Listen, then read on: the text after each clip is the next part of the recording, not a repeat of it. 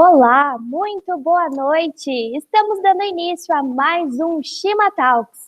Primeiramente, eu queria ressaltar que amanhã é um dia muito importante para o Orion Park. O Orion está completando aí seus 4 anos de atividade, então o dia de amanhã, dia 24 de junho, vai ser um dia onde nas nossas redes sociais está com uma programação vasta durante as 24 horas do dia. Então, se você ainda não nos segue, não nos acompanha, procura lá, @Orion Park, e acompanhe toda a nossa programação para comemorar essa data de modo online. Bom, para quem está participando pela primeira vez aí do Shima Talks, vou contar para vocês qual é o objetivo do Shima Talks. Ele tem o seu modo como presencial, mas devido aí a essa pandemia, nós adaptamos para o online. Ele foi criado justamente para poder alcançar aquelas pessoas que não tinham contato com o Orion Park, né? Então, através aí de uma roda de chimarrão, nós reunimos pessoas para falar de empreendedorismo e inovação. O hábito de tomar chimarrão é da nossa cultura, então o Shima Talks também veio para poder fortalecer ainda mais essa cultura com assuntos diversos aí que a gente vem tratando durante as temporadas do Shima Talks, né? Como eu disse, estamos aí na 4ª temporada e ele é realizado pelo Orion Park e também graças aos nossos mantenedores, a Prefeitura de Lages, a FAPESC, a T Plus Telecom e a Imagem TV, que quando ela é no formato aí presencial, a Imagem TV faz toda a cobertura e a transmissão online do nosso programa. Temos como apoiadores o Sebrae Santa Catarina, que também temos um espaço aqui muito bonito, que estou no fundo dele, que é fornecido pelo Sebrae, aí é onde nós realizamos o nosso Shima Talks presencial. E claro, a Matching Box, estou aqui com a minha cuia da Matching Box, e para você que está assistindo o Shima Talks, tem um voucher de desconto no site matchingbox.com.br, é só fazer as suas compras, virar um assinante e usar Shima Off 10, que já vai ter garantido aí o seu desconto exclusivo do Shima Talks do Orion Park. Bom, para começar, hoje temos a última edição da 4ª temporada do Shima Talks e vamos fechar aí com chave de ouro, falando sobre desenvolvendo ecossistemas de inovação no interior. Temos convidados aí de vários lugares do Brasil, tá muito legal. Conta aí pra gente, Gil, quem são os talkers dessa rodada? Legal, Aisa. Então, temos pessoas, vários locais, né? Então, agradecendo o pessoal lá de Santa Rita, do Sapucaí, o Daniel Mazer, obrigado. Diz que não toma chimarrão, né? Mas está com seu café. Café exato. Da região. Café das montanhas de Minas aqui. Ali, né? Então, o Cristiano Russo, falando lá de Londrina, né? O case, apresentando o case de Londrina. Tempo aí, início ali dos anos 2002, por ali, se não me engano. Então, conheço um pouquinho essa região ali. E o Anderson, lá de Santa Maria, né? Região ali, bem do Rio Grande do Sul, né? Também quase conterrâneo, né? Sou quase próximo ali da região de Santa Maria, né? Então, seja bem-vindo, Anderson, seja bem-vindo, Cristiano e Daniel. Tá certo? Como a Isa falou, então, o nosso objetivo aqui é um bate-papo, né? A gente formar essa roda de chimarrão aqui virtual, né? Então, no primeiro momento, nossos talkers se apresentam, contam um pouquinho a história de como aconteceu o desenvolvimento do ecossistema em suas regiões, e depois a gente vem para a parte rica, né, que é a parte do bate-papo, das esclarecimentos, enfim, da troca de informações. Tá certo? Então, para começar, eu já peço então para o Daniel, vamos lá para Minas Gerais, agora lá no interior de Minas Gerais, que eu até não sabia que a capital de Santa Rita do Sapucaí acaba sendo São Paulo e não... Fica à vontade. Pela proximidade. Ô, Gil, obrigado pelo convite. Tá? Prazer participar aqui. Bom, a história de Santa Rita, né, como ecossistema de inovação, começou há muito tempo atrás, né? É isso que eu queria contar um pouco aqui. Santa Rita está no sul de Minas Gerais. A brincadeira é que a capital de Santa Rita é São Paulo, porque a gente está a 200 quilômetros de São Paulo e estamos a 400 quilômetros de Belo Horizonte, né? Então, para a gente é muito mais rápido dar um pulinho ali em São Paulo e voltar do que para o BH e voltar. Mas Santa Rita é uma cidade pequena, tem aproximadamente 40 mil habitantes, né? Muito café, muito leite, né? Da parte da pecuária, produção rural. E aproximadamente 150 empresas, quase todas de base tecnológica, né? Empresas e startups de base tecnológica, né? E esse movimento todo, a gente tem o Inatel, que é uma universidade de curso superior, né? Curso de engenharia. Temos a FAI também, que tem curso superior, e temos a Escola Técnica de Eletrônica.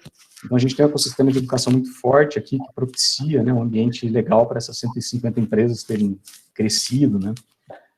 E isso, né, fez com que a gente tenha alguns eventos bacanas, né. A gente tem o Hacktown, depois eu posso até falar um pouco mais sobre esse evento. É um evento que em 3 dias tem 800 palestras na cidade, sabe. Então, tem palestras na praça, tem palestras em bares, em escolas, em todos os lugares, né. E tem um movimento também, Cidade Criativa, Cidade Feliz, onde também tem envolvimento da prefeitura, e com muitos eventos. É um evento mais para conectar valores de diversas culturas, de diversas áreas, né? Mas, assim, como que isso aconteceu em Santa Rita, né? Como que isso aconteceu em uma cidade de 40 mil habitantes, onde a tradição é o café e leite, né? E aí começou há muito tempo. Começou com uma senhora, que é a dona Sinhá Moreira, né? Ela nasceu numa família de posses, né, uma família rica, né, tinha condições para fazer tudo que ela fez, e ela acabou casando com um diplomata e teve a oportunidade de viajar ao mundo, né. Com esse casamento, ela pôde viajar ao mundo, viajou para vários lugares da Europa, viajou para o Japão, e ela viu um modelo de educação nesses lugares que ela viajou, que ela se encantou por isso, e ela, como meta de vida ali, quis trazer isso para o Brasil, né. E ela, com recursos que ela tinha, ela doou propriedade dela para montar uma escola técnica de eletrônica aqui em Santa Rita do Sapucaí. A Escola Técnica de Eletrônica foi inaugurada em 1959, né? E foi a primeira escola técnica da América Latina, né? Então, dizem os historiadores aqui, ela teve audiência com Juscelino Kubitschek para poder explicar para ele o que era essa escola de eletrônica e ter autorização para abrir uma escola de eletrônica no país, né? Escola de jesuíta, né? Hoje ela é mantida por essa associação dos padres jesuítas, né? Então, é uma história, nessa época, né, a Moreira conseguir fazer todo esse movimento para criar uma escola técnica de eletrônica em Santa Rita de Sapucaí, onde a base da cidade é o café e leite, realmente foi a semente que começou a transformar Santa Rita do Sapucaí, né? Começou a trazer tecnologia e trazer outros áreas, digamos assim, para a cidade, né? E depois disso, a escola existe até hoje, né? E depois disso, em 1965, surgiu o Inatel, sendo a primeira no Brasil, né? É uma instituição pioneira em ensino de telecomunicações. Hoje o Inatel tem outros cursos, além de telecomunicações, tem mestrado, doutorado, tem incubadora de empresas, né? Então, já virou uma universidade bem grande aqui para a gente, né?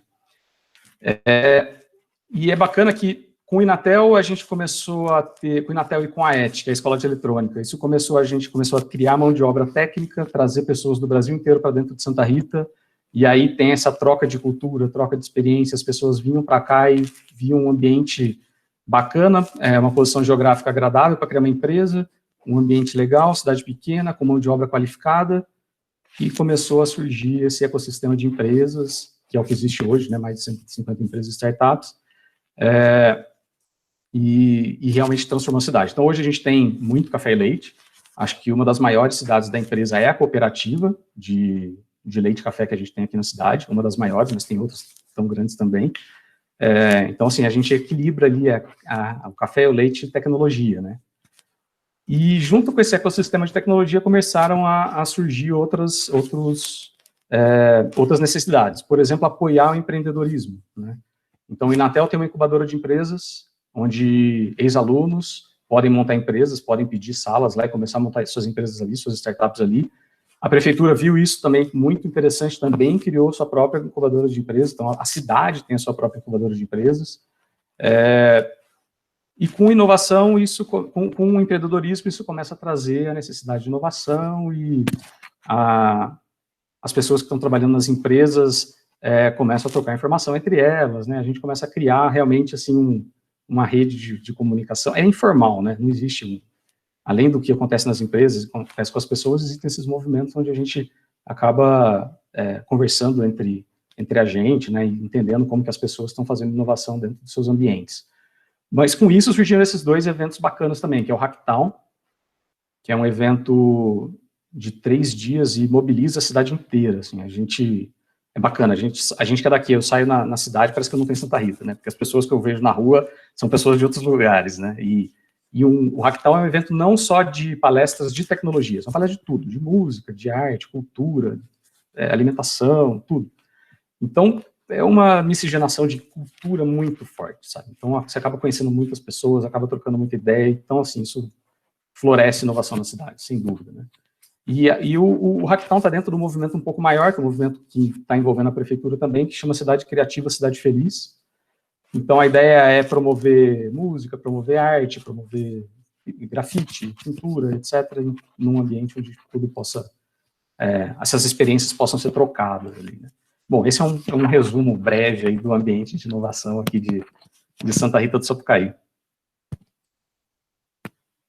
Perfeito, Daniel. Muita história, né? Como você falou, apesar de ser uma cidade pequena, de 40 mil habitantes, né? Então, a nossa realidade aqui da região de Santa Catarina, aqui, né? Muitas cidades pequenas, né? E o pessoal deseja, mas como isso é possível, né? Mas na minha cidade dá certo nas outras, mas na minha não dá certo, né? Então, aí está o case, né, também de Santa Rita, né, para demonstrar que é possível sim, né? Claro que não vem do dia para a noite, né? Então, todo um trabalho, construção, alguns loucos, digamos assim, que acreditam, né, nisso, né, e vão até o final, né? Mas, com certeza, depois a gente volta a conversar. Já passo agora, então, para o Cristiano, lá para o Paraná, né? E quando eu morei lá no Paraná, né, eu sou gaúcho, né, sou da minha região ali, descendência alemã, eu falava desse jeito que você falou que o curitibano tira sarro dos demais lá do interior do Paraná. Mas eu custei a entender o que era e achei legal essa história aí também. Então, Cristiano, seja bem-vindo e contar um pouco do case da Hot Milk, né? Esse trabalho que vocês estão fazendo aí no interior, né, do Paraná, Londrina, Toledo. Estamos muito gratos pela sua participação, né?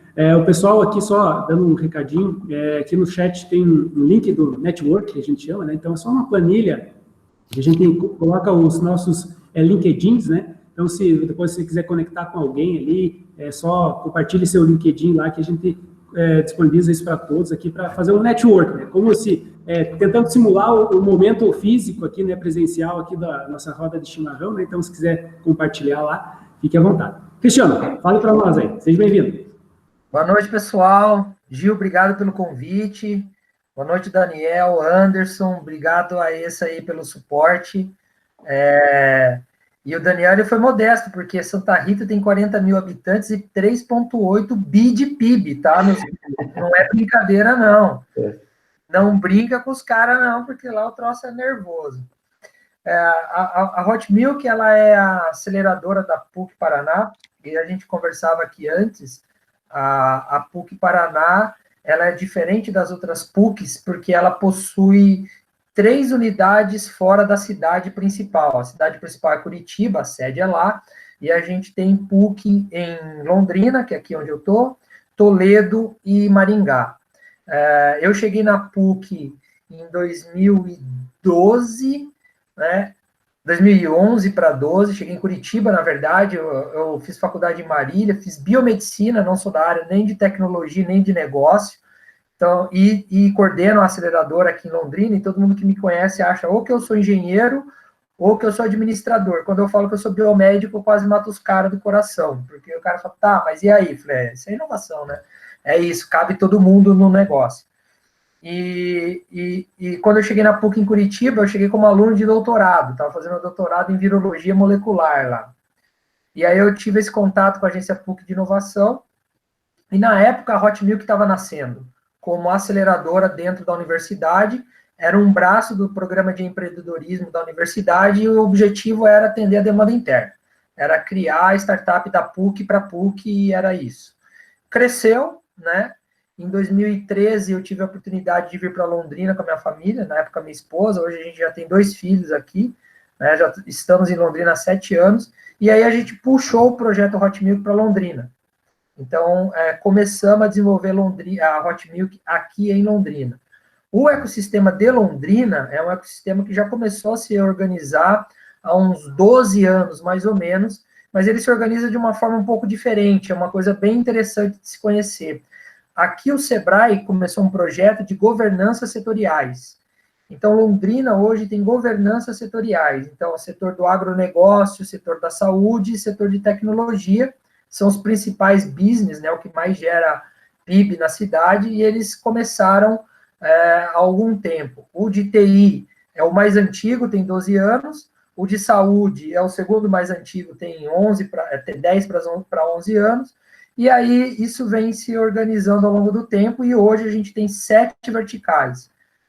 Saúde, TI, agro, químico, materiais, metal mecânico, audiovisual, o comércio, construção civil, enfim, bem distribuído isso tudo, e cada governança dessa é organizada com pessoas da sociedade civil, representantes de universidade, empresa, enfim, é todo um arcabouço que tem, e tem um formato sem CNPJ, mas tem um estatuto com presidentes e tudo mais, para a gente poder estimular essas verticais. E é assim que o ecossistema de Londrina veio se desenvolvendo ao longo do tempo. Nos últimos 5 anos, a gente começou a olhar para startup, começou a desenvolver projetos de startup. Hoje nos últimos 2 anos, a gente orientou e ajudou mais de 400 startups aqui em Londrina.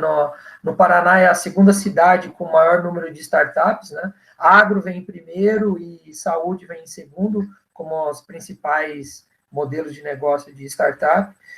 E aí a gente vem ganhando algumas conquistas nesse sentido, né? Por ser um ecossistema organizado, hoje a gente tem o Instituto Senai, de inteligência artificial, é o único de inteligência artificial, é o único do Brasil que está instalado aqui em Londrina. São 11 instituições de ensino, entre universidade, centro universitário e faculdade. Aí cada área tem seu negócio ou empresa. A gente tem grandes empresas aqui, a Tata tem a sede dela aqui em Londrina, e vai ser a maior unidade da Tata na América Latina. Então, ela está gerando, hoje já tem 1.000 empregados, vai chegar a 4.000, todos da área de tecnologia, então você tem uma demanda para suprir isso tudo, né? E a gente tem algumas conquistas do ponto de vista de interação com o poder público. Então, o MAPA, que é o Ministério da Agricultura, já assinou um decreto para implementar em Londrina o primeiro hub nacional de tecnologia do agronegócio. O MCTIC agora está articulando com a gente, eu estava na reunião à tarde com eles, para o primeiro Centro Nacional de Ciências Aplicadas da Saúde, para ser aqui em Londrina também. A gente tem convênio com o Renato Ascher, de Campinas, com o PTI da Itaipu, de Foz do Iguaçu, enfim. Tudo isso existe para que a gente consiga fazer um ecossistema como é o modelo, né? Você tem agentes públicos, iniciativa privada, instituições de ensino e pesquisa, e as startups, todo esse pessoal dentro do mesmo contexto. Então, é um pouco diferente do que roda por aí, né? Mas está sendo efetivo e está trazendo resultado para a cidade. E agora, no último 1 ano e meio, aí, a gente colocou 2 fundos de investimento anjo, né, da cidade com empresários da cidade. Então, quer dizer, você mexe todos os lados da cadeia, né, de uma certa forma, para fazer o impulsionamento do ecossistema.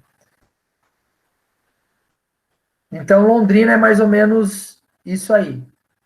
Rapidamente, no modelo ecossistema que a gente entende como ecossistema, está baseado nessa estrutura do pilar das governanças, e agora a gente encomendou um projeto da Fundação CERT, e a gente está organizando uma governança maior, que é a governança do ecossistema. Vai ser uma OS, né, vai ter um CNPJ, uma estrutura jurídica, e para poder a gente canalizar mais projetos, né? A gente viu a necessidade de ter uma figura jurídica para dar impulso em alguns projetos da cidade. Então, aqui é tudo meio junto e misturado, né? Está com o poder público, está com as instituições de ensino, com as startups, e a ideia é criar um ambiente rico para todo mundo.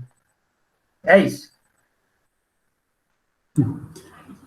Legal, Cristiano. É bem legal.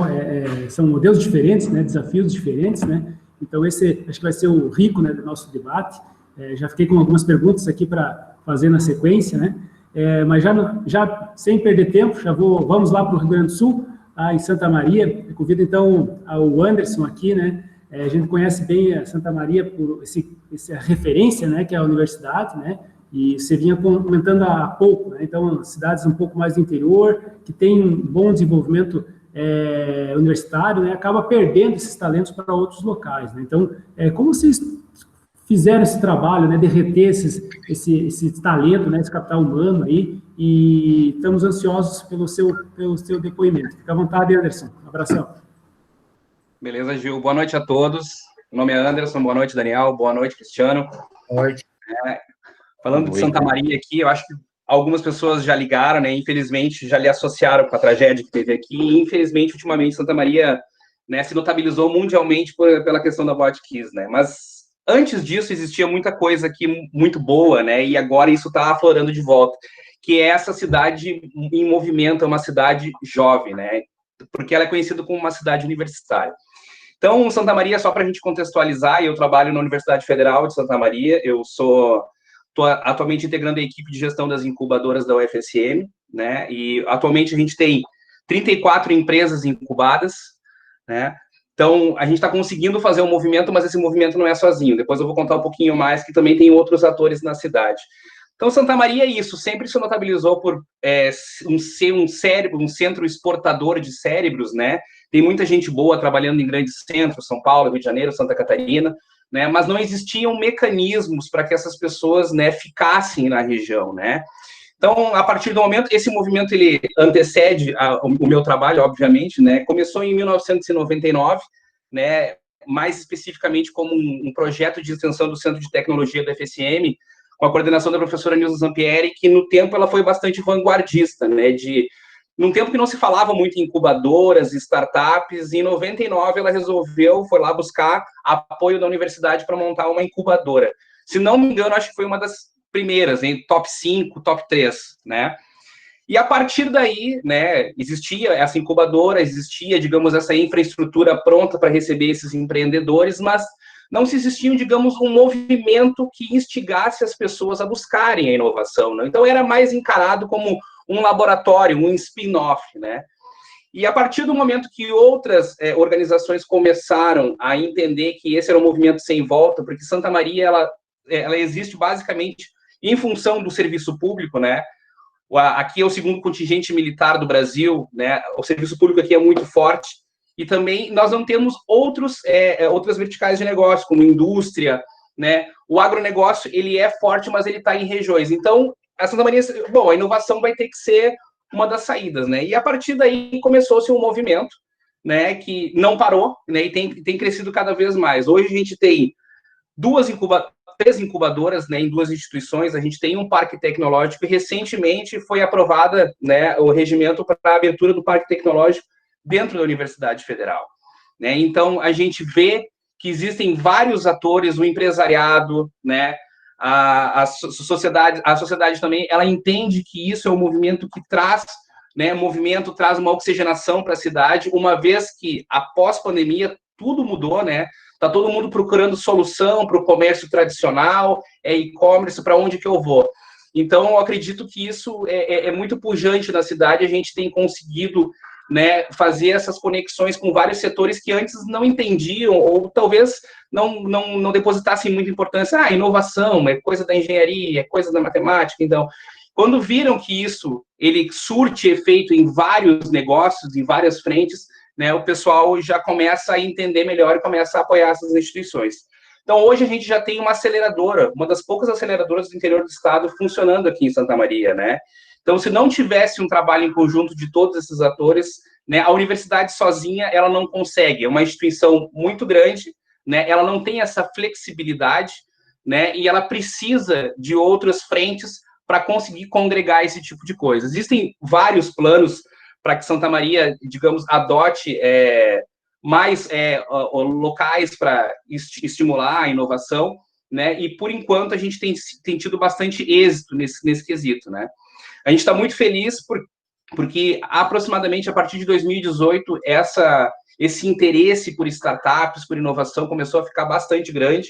A gente tem apresentado um crescimento de 84% com relação a novas empresas que estão sendo incubadas, né?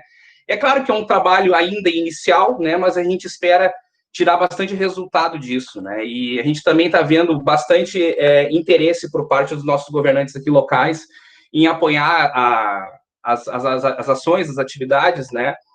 E, num contexto geral, a gente tem sido bastante feliz em relação a isso.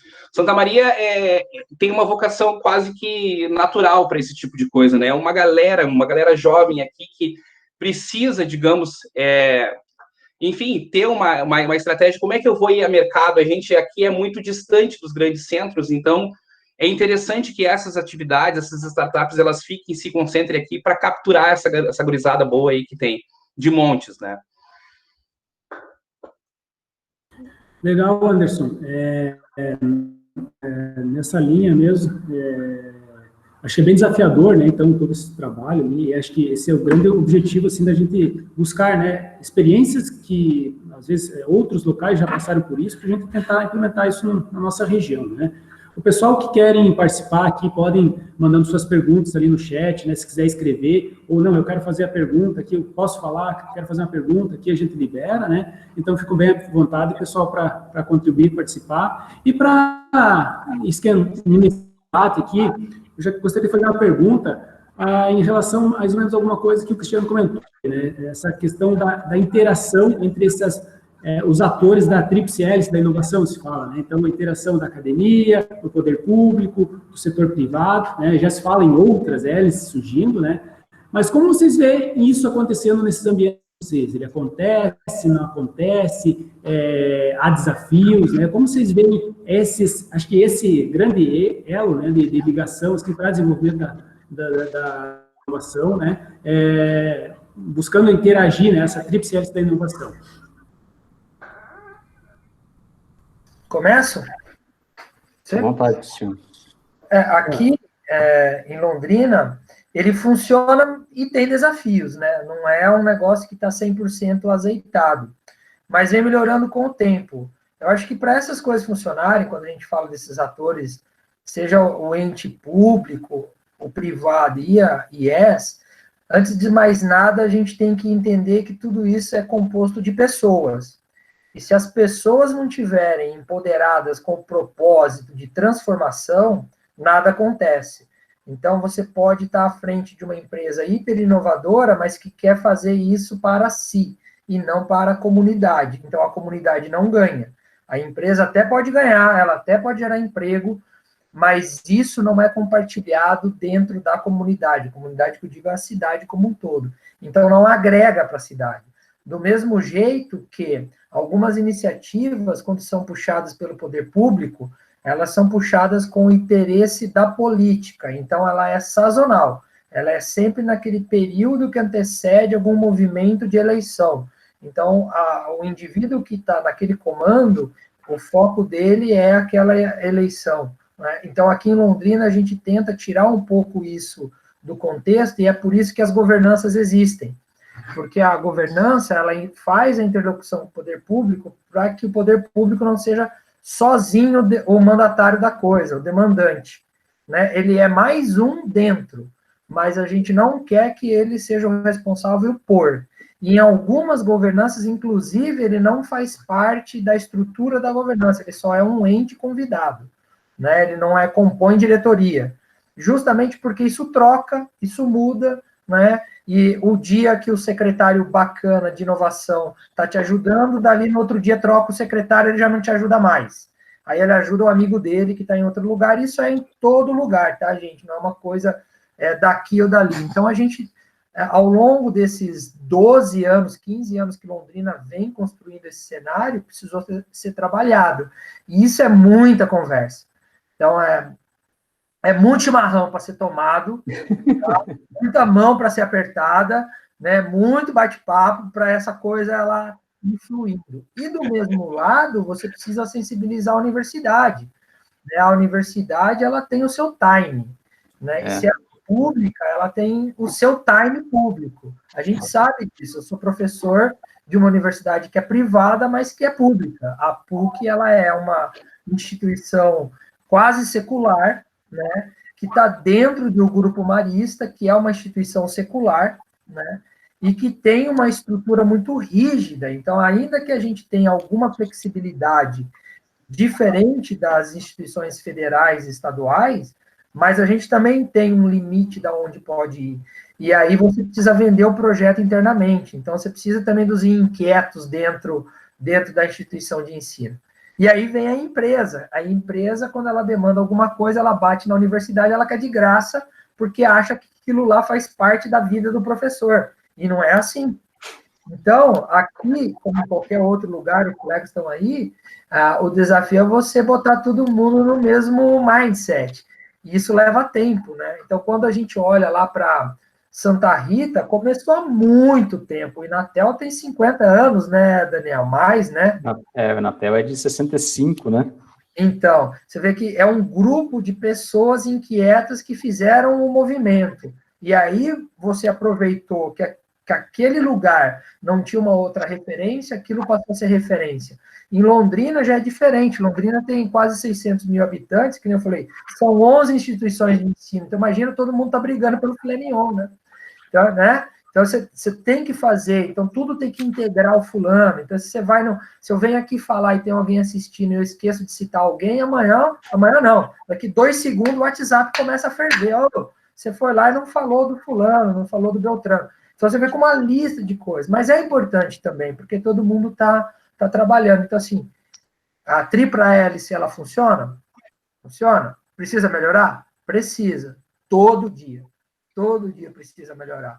Porque uma hora o Cristiano sai de cena. E quem vir para esse posto precisa continuar o trabalho. Ele não pode ser do Cristiano, ele tem que ser da cidade, entendeu? E aí você tem que ir identificando sempre um novo gás. Sempre um novo gás. E cutucando um novo gás, quer ele esteja no público ou no privado. Ele tem que cutucar. Então, é muito chimarrão para tomar, viu? Não é fácil, não. Mas Cristiano, é um serviço legal. Mas você começou falando do jeito interessante. Funciona, mas com desafios, né? Tem desafios. E realmente, né, cara? Não é uma hélice rodando com aquele vento soprando, não tem desafio. É assim, quando a gente recebe a visita, você limpa a casa e mostra a sala arrumada. Entendeu? Sempre. Agora, vai com as crianças lá para você ver. Agora, se você para jantar, fica tudo bonitinho. Então, assim, né? As imersões que a gente faz nos ecossistemas, a gente vê o sumo do supra-sumo, mas é aquela história, né? Como é que é? Veja bem. Diga que eu devo, mas ninguém vê o tomo que eu tomo. Então, desafio é todo dia. Né? Aqui... Tem as linhas pequenas do contrato lá. Aqui no Inatel, a gente trabalha, de certa forma, bem também a tríplice hélice, né? A gente tem a academia, né? A gente tem os cursos de engenharia, tem os nossos professores pesquisadores, e o Inatel tem uma área dedicada para prestação de serviços. Isso é até um pouco diferente de algumas outras universidades, né? Então, nós temos, não sei o tamanho que está o Inatel Competence Center hoje, mas deve ser alguma coisa entre 400 funcionários. São colaboradores dedicados, né, CLTistas dedicados à prestação de serviço, né. E aí a gente resolve um pouco do problema do timing, que você comentou, Cristiano. Porque a gente está no mesmo ambiente, né, então a gente está a alguns metros de distância do pesquisador ali. A gente consegue absorver o que aquele pesquisador está trabalhando ali, né, e para o pesquisador atender demanda da indústria, é surreal o timing, assim, né? É muito diferente, né? A indústria brasileira não está acostumada a apoiar pesquisa. Ela quer para amanhã, para ontem, né? Ela quer o negócio funcionando, né? Ela quer o produto pronto sendo na mesa do pesquisador. E não é assim, né? O pesquisador está trabalhando no artigo dele lá, na pesquisa, né? O produto é uma consequência que às vezes ele não está se preocupando naquele momento, né? E lá no Inatel Competence Center a gente consegue um pouco tirar esse conhecimento lá do pesquisador e trabalhar no timing da indústria, né? Então a gente presta serviço direto para as empresas e para atender o timing das empresas. Por isso que a gente tem profissionais dedicados ali para isso.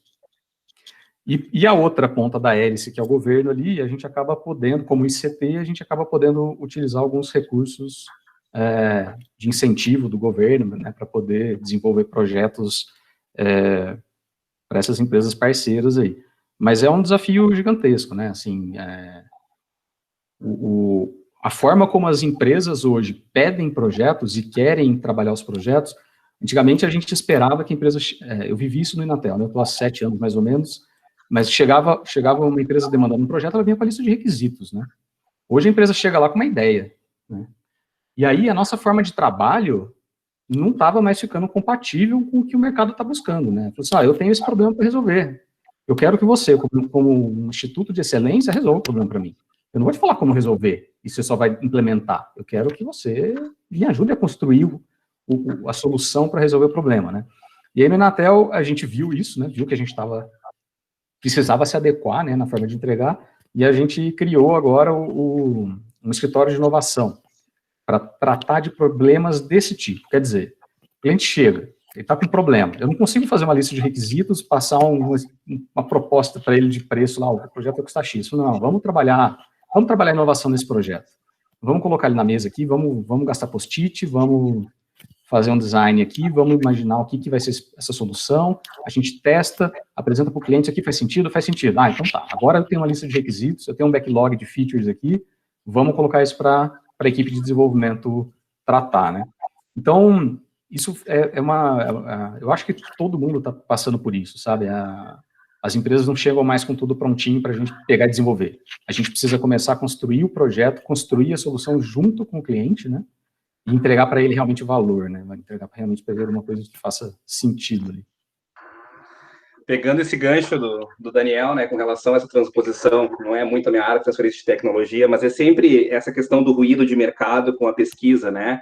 Eu preciso disso para ontem, mas a pesquisa ela obedece preceitos, ela obedece prazos, então é uma coisa muito particular e às vezes criam esses ruídos de não, porque a universidade é muito atrasada, porque os pesquisadores eles não têm esse preparo, porque o mercado privado é 1000 vezes melhor, né? Então isso é uma coisa que a gente também tenta conversar com o empresariado local, regional também, né? As empresas para entender como é que são esses desafios, né? A gente sabe que a indústria tem seus desafios.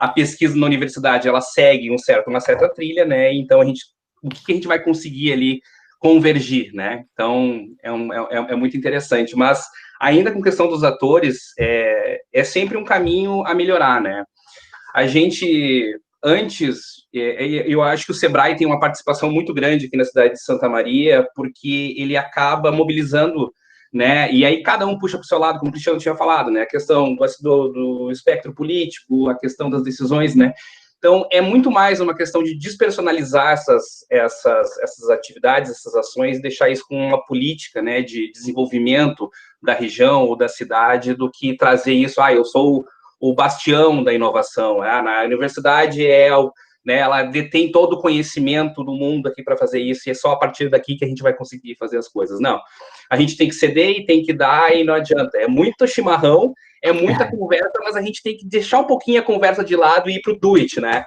A gente tem que ir para o do it. Então, essa pressa, né, muitas vezes acaba que a gente... É legal pegar esses conhecimentos, esses preceitos das startups, mas algumas coisas não seguem a mesma batida, né? A gente precisa ter um planejamento estratégico, precisa desenvolver o que é interessante para cada ecossistema, né? Eu não posso pegar a receita de bolo de Santa Rita do Sapucaí e aplicar em Santa Maria. Não vai dar certo, né? A mesma coisa em Londrina. Então, isso sempre é um diagnóstico muito, muito preciso, né? E que demanda tempo. Eu concordo, e digo assim, aqui em Londrina o Sebrae também foi fundamental. Aqui, Londrina é feliz porque tem um Sebrae muito ativo. Esse projeto mesmo da organização do ecossistema com modelos de governança nasceu no Sebrae.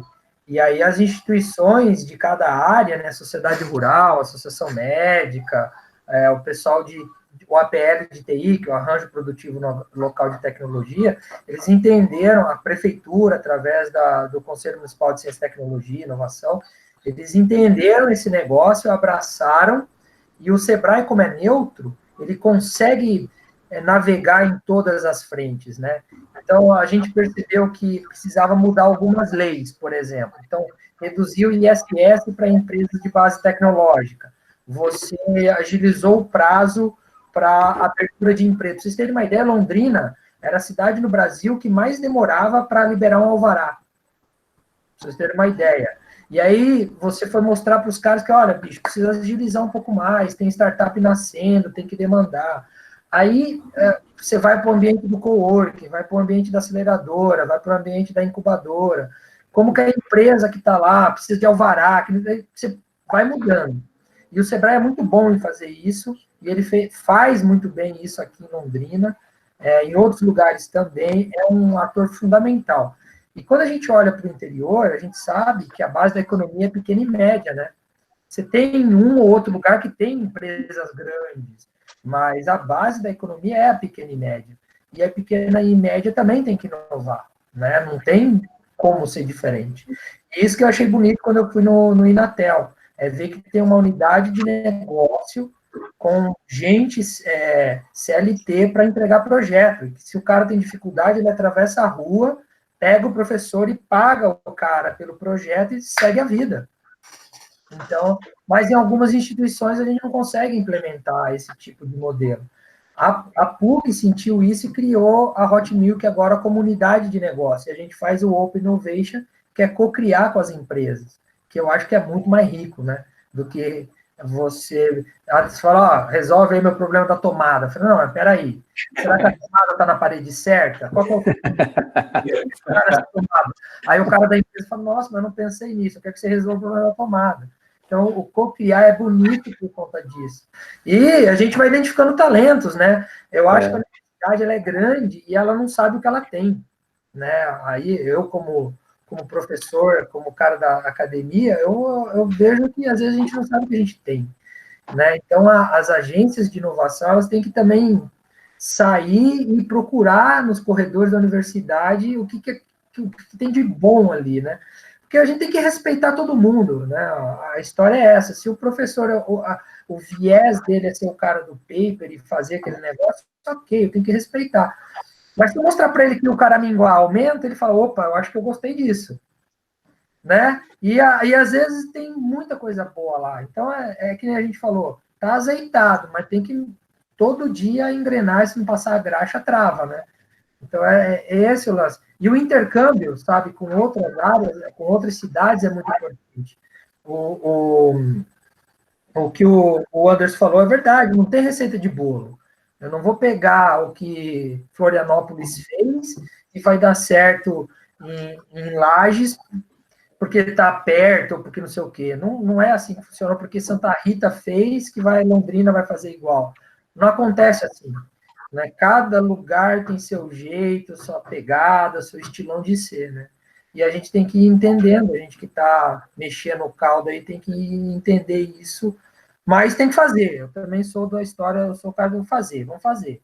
Mete o asfalto aí, vamos fazer. Depois a gente vê que caminhão. Eu acho que conhecer esses ambientes é importante, né, Cristiano? Não vai, o sapato não vai servir no pé de todo mundo, né? Mas pelo menos conhecer o que funciona e principalmente o que não funcionou nesses ambientes que é importante, né? Você já tenta evitar ali repetir qualquer erro, né? Esse do que não funcionou é legal, porque assim, eu já empreendi, né? Em 2016, comecinho de 16, eu, meu irmão, amigo médico, a gente criou uma startup, a RAIS, que é a Rede Ativa de Informação em Saúde. E a nossa cabeça era que você precisava criar um histórico único para o paciente, para ele andar para lá e para cá. Hoje é o e-saúde do SUS e hoje está cheio é o Doctoralha da vida. Mas o nosso time foi errado, 80 mil depois a gente descobriu que tinha que fechar. Então, quando eu vou mentorar uma startup, eu falo assim, cara, eu não sei o que vai fazer dar certo a sua startup, mas algumas coisas que vão fazer ela dar errado, eu sei. Exato. Por quê? Porque eu gastei 80 mil para descobrir. E tem até preço isso, né? Essa informação, né? Eu não posso mais investir em startup dentro de casa que a minha esposa já dá uma panelada na minha orelha. Isso saiu de algum lugar. Entendeu? Eu sou professor. E os professores sabem como que é o olerite de professor. Já é o seguinte, meu amigo. Eu só virei doutor ano passado, adjunto no final do ano. Então, assim, não era uma tarefa fácil, percebe? Então, quando você fala, ó, vou virar sócio de startup, a panela come aqui, né? Então, é um case bonito de você falar para o empreendedor. Ele fala, cara, eu passei por isso. Eu fiquei 2 anos ali. Eu sei como é que é, onde o calo aperta. E esse é o legal, né? Você vivenciou, fez uma experiência. Mas não desisti, viu? Já estou em outros 3 projetos. Fala abaixo. Certo, aproveitando aí, temos uma pergunta aqui no chat do Tiago Andrade. Vou ler aqui para vocês. Por serem cidades de interior, existe aquele desafio para empreendedores e também para os talentos em acessar melhores oportunidades de trabalho, por estarem distantes dos grandes centros. Como vocês têm visto essa aceleração na adoção de trabalhos remotos e a opinião de vocês nesse sentido? Pergunta em relação, principalmente, à retenção de talentos.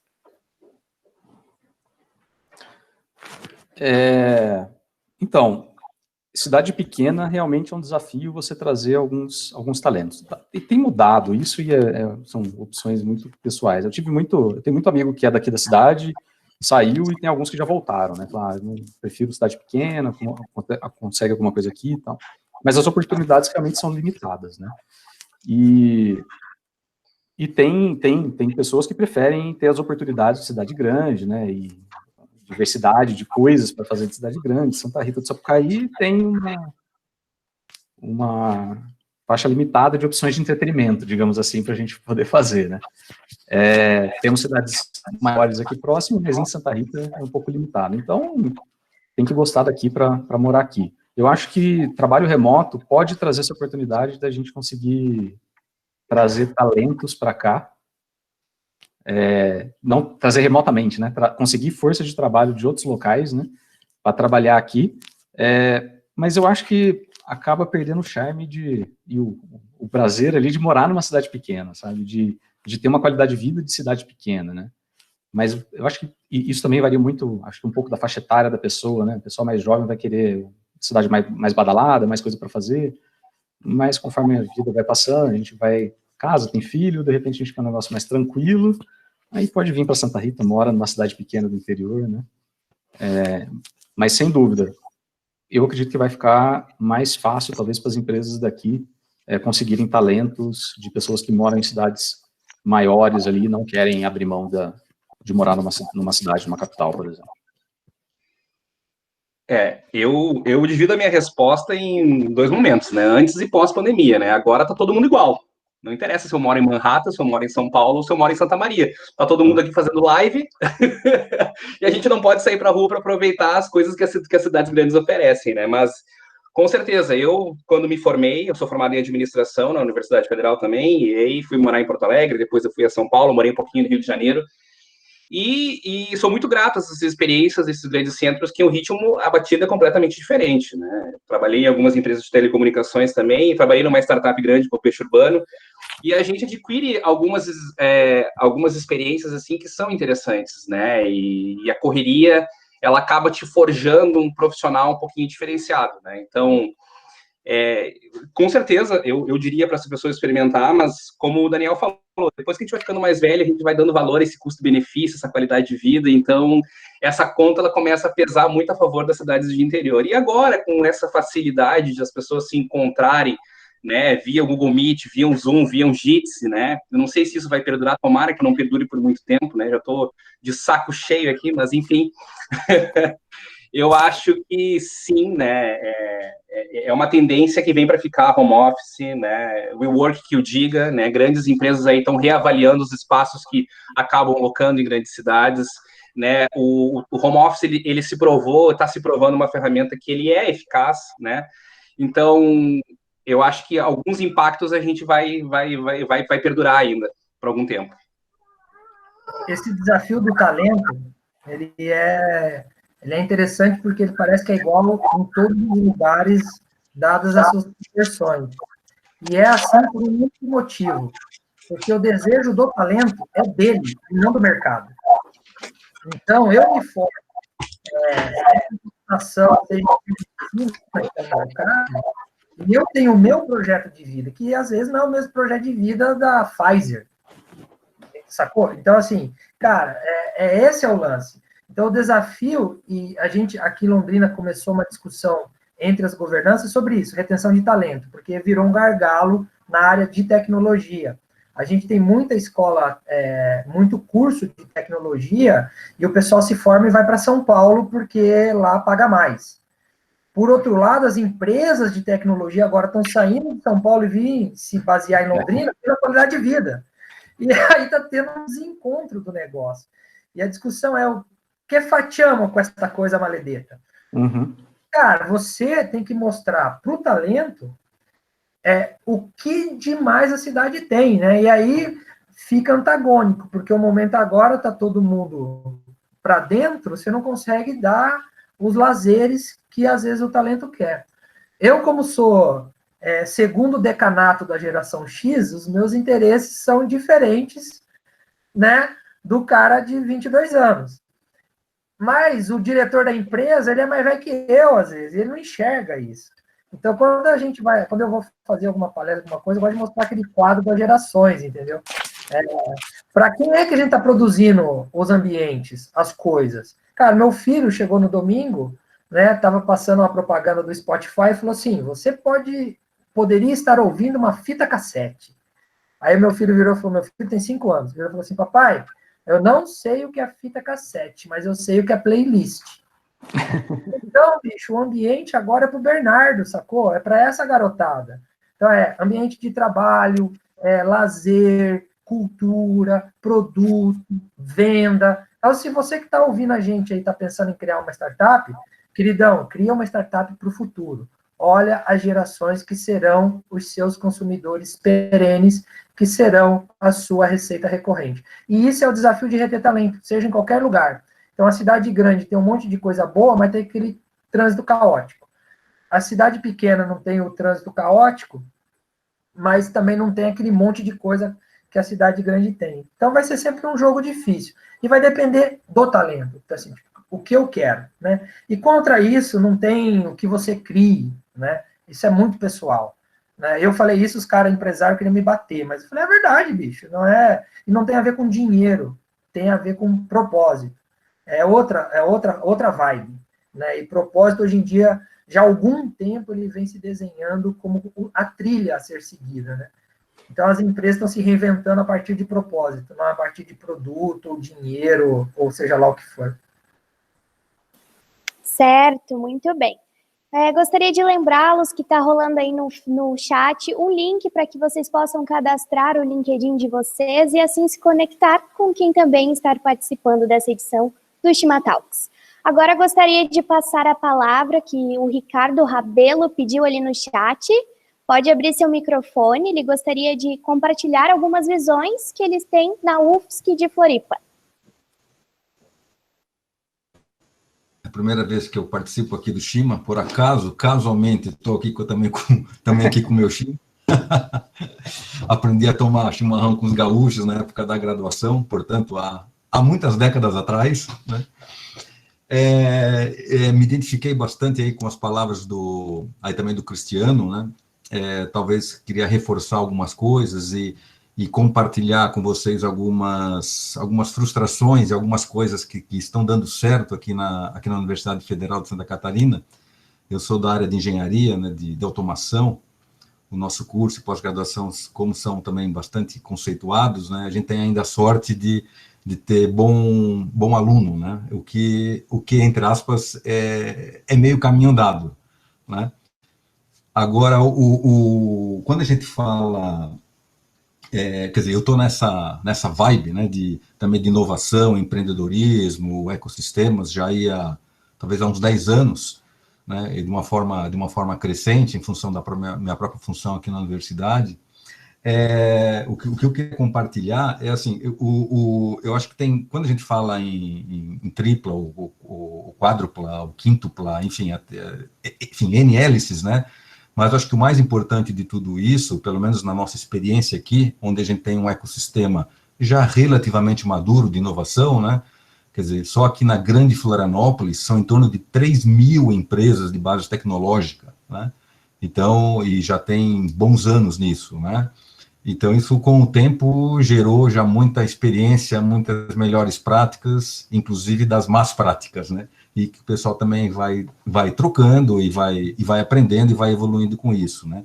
Também temos a sorte de termos essas empresas, muitas delas estão sob um chapéu de uma associação que chama ACAT, que é a Associação Catarinense, né, de Empresas de Tecnologia, que também tem um papel, passou a ser, na verdade, o protagonista, muito mais do que o Sebrae. O Sebrae passou a ser um mero coadjuvante aqui, pelo menos, né?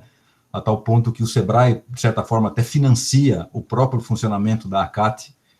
Eles chegaram à conclusão do tipo assim, cara, eu não sou tão bom quanto vocês, então eu pago para vocês fazerem o que de repente eu teria a fazer. Assim como o Cristiano falou, até porque muita gente do Sebrae já tem, tipo assim, da minha idade para cima, né? Enfim, o mindset, quer dizer, até pode trocar o software, mas o hardware é lá aquele antigo, né? A placa-mãe não tem mais como enfiar um novo software, enfim, né? Então, você consegue, obviamente, conviver, o que, de certa forma, também é bom, porque dá para misturar, combinar, mixigenar experiência com arrojo, né, novas visões que tem essa molecada. Então, mas eu acho que parte disso está em atacar os diferentes, o mindset desses diferentes atores, né? Então, grosso modo, né, aqui na cidade teve um grande movimento, já começou há alguns anos, né, e obviamente que isso também, entre aspas, também é mais meio caminho andado. Quer dizer, teve um monte de conscientizações, palestras, enfim, todo um arranjo, movimento, muito tempo investido, né, como também o Cristiano falou, também todo mundo que teve filhos pequenos, etc., exige um certo sacrifício pessoal, de você começar com conscientizações, desde lá governos, vereadores, etc., porque no final das contas tem que ter leis que, se não favorecem, pelo menos que não criem muitos obstáculos, que não criem dificuldades para isso. Então, houve um conjunto de pessoas, durante um bom tempo, que conseguiu enfiar na cabeça aqui da nossa Câmara de Vereadores que esse troço chamado aí inovação, empreendedorismo, etc., é uma excelente ideia. E tanto é que aqui temos, quer dizer, já de uns anos, o setor de serviço e tecnologia passou a ser a maior contribuição de impostos aqui da região, né? Passou o turismo e o próprio serviço público. Mas foi ali semente a semente, né? Todo dia tendo que regar e convencer, porque essas pessoas também não entendiam nada, né, sobre isso. Bom, e aí, então, isso foi uma das razões pelas quais o ecossistema aqui está crescendo bastante. Então, teve o apoio do governo e a compreensão do governo, mas não é aquela compreensão no papel, sim, tá bom, aparece lá para tomar um café. Não, isso virou leis municipais, leis de incentivos, etc. E tudo escrito a duas mãos, chamemos assim. É o pessoal que escreve a lei e o pessoal aqui, empresariado, pequeno empresariado, universidades, etc., para ajudar a escrever os termos certos e olhar as leis federais de inovação, leis do bem, etc.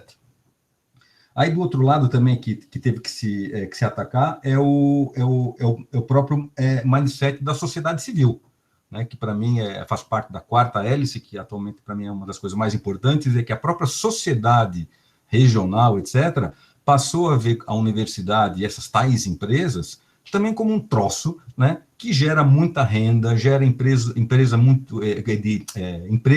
altamente qualificados, bom, e toda a cadeia de valor que daí vem, né? Então, quer dizer, houve bastante marketing dessas ações, muitas entrevistas em telejornais, etc., mostrando que, olha, putz, essa gurizada que está aí fundando um monte de empresas, não são uns doidão, não, cara. Pô, é um pessoal que está aqui para contribuir, agregar valor, e olha o que já estão fazendo, né? Então, isso foi um movimento importante, porque isso, quando a prefeitura fala em que vai dar subsídios, que vai dar apoio, e não sei o que lá, quer dizer, a sociedade consegue perceber que lá na ponta esse dinheiro vai retornar, né? O impacto desses produtos na sociedade vai aparecer também no dia a dia dessas pessoas. Elas vão conseguir fazer as coisas mais fáceis, mais confortáveis, com menos risco, enfim, né? Então, foi um outro foco, um grande ator que tivemos aqui que atuar, né? Bom, e aí depois vamos entrar nos atores clássicos, que é o próprio empresariado, né? Isso também, como o Cristiano falou, eles não acreditaram em inovação porque nasceram assim, teve um conjunto enorme de campanhas de conscientização, palestras, etc., E na nossa experiência aqui, ou pelo menos na minha, né, foi muito importante, já que Maomé não vai à montanha, a montanha vai a Maomé. Não adiantava você convidar, fazer workshops para os empresários virem para a universidade, não sei o que. Ninguém aparecia. Aparecia uma meia dúzia e coisa do gênero, né? E, então, o que assim, os professores, inclusive esse que vos fala, começou a participar ativamente nas associações empresariais, comerciais, industriais da cidade. Como um membro, você convencer que, olha, eu também queria participar, queria ter uma cadeira aí nas reuniões mensais, ou semanais, ou trimestrais, seja que vocês têm. E aí a gente começa a conversar e a explicar o que de fato é isso, os benefícios que é isso, por que é importante essa tal da aproximação com o empresário. Aí você dá palestras, você faz chama alguns convidados, seleciona alguns temas da moda e puxa alguns esclarecimentos. Então, assim, é aquela gotinha todo dia que vai fazendo com que o pessoal perceba, afinal de contas, o que se faz na universidade. Porque eles também não têm a ideia, e muito menos do que se faz de pesquisa de ponta, que pode, de fato, ajudar. Inclusive, nesse momento, casualmente, a gente está construindo um grande portal para tentar fazer um meio de campo para eles também saberem, de uma linguagem muito mais palatável, o que a gente faz, né? Porque os professores também têm um péssimo hábito de, quando vão divulgar o que fazem, a teoria do controle multifásico pares com a... Cara, o empresário lê as 3 primeiras palavras e ele desiste. Pelo entendo, mas se você fala, olha, isso aqui é um controle, é uma checagem inteligente que vai evitar... Porque, pronto, aí o cara já entende aquilo, digamos assim, né? Então, também estamos tentando convencer os professores a expor as suas ideias de uma forma muito mais simplificada, né? Mas para isso foi importante a gente transformar isso em coisa muito concreta, que começou desde a base, assim, esse espírito empreendedor de trabalho com a empresa. O problema não é só da empresa, também tem uma cultura, um ranço, pelo menos aqui nas federais, bravo, né? Tem muita gente que adora isso, etc., mas tem um pessoal que vive, cara, trotskista, bolchevista, enfim, aquele negócio que capitalismo é o diabo, e fazer trabalho com empresa é a putrefação, prostituição, bom, enfim, tudo que vocês podem imaginar, né? Numa universidade federal, a fauna e flora é completa aqui, né? É literalmente um ecossistema de coisas, né? E aí, então a gente começou com alunos, desde a graduação, trazer trabalhos. A gente vai lá na CAT, nessas empresas, e diz assim, cara, quero saber o problema de vocês, o que vocês estão vislumbrando, mas não de hoje, só o problema de hoje, porque esse é outro problema, o empresário vê o problema de hoje, ele não consegue enxergar, como o Cristiano falou, quer dizer, ele tem que resolver o problema do futuro. A universidade, a universidade não é uma empresa, uma software house, né? Ela é uma instituição de P&D e inovação. O que você vai fazer agora vai sair daqui a 2, 3, 4, 5 anos. E como um protótipo, como uma prova de conceito. Se você depois vai querer produtizar isso, supondo que depois aí de um bom MVP de sucesso, né? Aí é outra história. Você vai repassar isso para uma outra empresa, enfim, ou para próprias empresas no caso aqui da CAT, ou do ecossistema, para, de fato, explorar isso. Então, aí tem todo um arcabouço de propriedade intelectual, de transferência de tecnologia, etc., que também tem que ser deschavado dentro das universidades, né? Mas, mesmo assim, mesmo agora a gente já tendo aqui na nossa federal uma secretaria de inovação, uma reitoria, uma administração que apoia, etc., né? Tu tens essa categoria de atores que são bastante contras, né? Então não dá para esperar, também como o Cristiano falou, é lento, né? Tudo é lento, porque aí depende da reunião, do conselho, que é só daqui a um mês, e não sei o que é daqui a 2 meses, e bom, enfim, aquele timing que é bem complicado. Mas aí o que a gente fez? A gente preferiu, então, já que não dá para depender necessariamente de tudo da universidade, em termos de administração central, cara, cada departamento, ou pelo menos o nosso aqui, resolveu agir sozinho. Bom, temos um arcabouço legal que nos autoriza tudo. Cara, então vamos fazer a partir de nós, né? Então, nós é que resolvemos ir atrás das empresas, estabelecer as conexões, então vários problemas, inclusive recursos materiais, softwares, etc., etc., as empresas nos doam para usar nas próprias disciplinas da graduação, resolvemos problemas deles desde a primeira fase. Desde a primeira fase do nosso curso, nós já temos o equivalente a uma feira de inovação, onde os trabalhos dos alunos, o aluno que é calouro, mas no final do semestre ele passou por um processozinho de pseudo aceleração e conseguiu construir um protótipozinho no final, e depois faz um pitch, vende, a gente convida pessoal, etc, etc. E o que eu quero dizer com isso? Que parte, pelo menos na nossa experiência, na nossa cultura local, não sei se serve para a cultura das regiões de vocês, a gente resolveu atacar também a semente, e não só lá o aluno formando que já vai fazer o seu TCC, ou mesmo a sua dissertação, ou tese de doutorado, né, já com olhos de mercado. Não, quer dizer, o espírito empreendedor, as dificuldades, etc., começar já a aprender a ensinar desde lá o início. E a gente percebe, já está já há uns 5 anos com essa filosofia. E a mudança foi radical, né? Quer dizer, você vê alunos, assim, ao longo do curso, já falando de termos, né? Gerais relacionados com inovação, etc., o que já mostra que essa coisa já vai se entronizando, né, devagarinho, que não é uma coisa que você consegue injetar, quase que antibiótico, de um dia para o outro já está tudo funcionando, o mindset está instalado, né? Então, isso também demora tempo. Então, isso significa que as próprias disciplinas, tanto de graduação como de pós-graduação, têm um papel importante, pelo menos na nossa experiência aqui, em desenvolver esse mindset e ajudar os alunos a repensar o objetivo, ou o termo da moda, quase que o propósito, né, das suas dissertações, teses ou TCCs, já voltado para coisas do mercado e não apenas para escrever mais uma linha de um paper, né, para ele poder, então, defender a sua dissertação e seu doutorado, né? E isso tem a ver com impacto. Então, aqui a gente cada vez mais valorizando o impacto. Ok, você publicou, mas mas qual é a proposição de valor desse seu trabalho? Em relação ao que existe na realidade, ou em relação ao estado da arte, do estado da prática, o que seu trabalho vai trazer de benefício? Mesmo que ainda no nível de protótipo. Cara, se ele não souber responder, a gente já começa a questionar, tá, mas então para que serve esse teu trabalho, cara? Para a sociedade, etc. É só para escrever paper? Claro, a gente não obriga, né? Mas a gente tenta convencer de que o cara, por que não pensa em direcionar um pouquinho isso para as coisas aqui da sociedade, não simplesmente para olhar 30 papers, agora eu coloquei uma cerejinha violeta aqui, olha, o meu é diferente, pronto. Aí já consigo defender o meu mestrado, doutorado, escrever o paper, ir embora e colocar o canudo embaixo do braço. Então, também isso é um mindset que a gente está tentando alterar aqui, de tentar realmente motivar os alunos a olhar o seu resultado, e que muitos deles é investimento público, inclusive, né? Muitos deles são bolsistas, né? Em coisas efetivamente assim, utilizáveis aqui para a sociedade. Deixa eu ver se eu tinha anotado aqui, durante as discussões eu fui anotando, deixa eu ver se tem mais alguma coisa que eu gostaria de pontuar. Ricardo, só um minutinho.